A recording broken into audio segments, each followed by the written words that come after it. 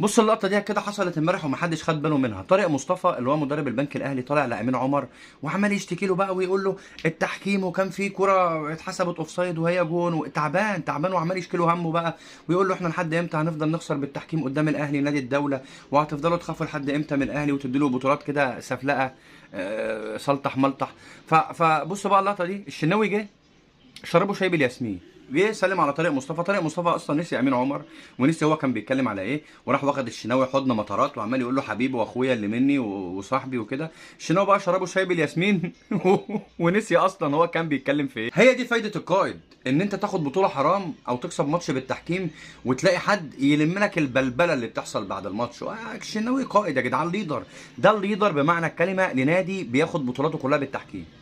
يا عم انا بكسب حرام، انا بكسب حرام يا عم، انا ما بعرفش انام لما بكسب بطولات حرام. انا كمان بعترف ان انا بشجع بظهري، يعني تخيل ان انا بشجع بظهري وبعمل فيه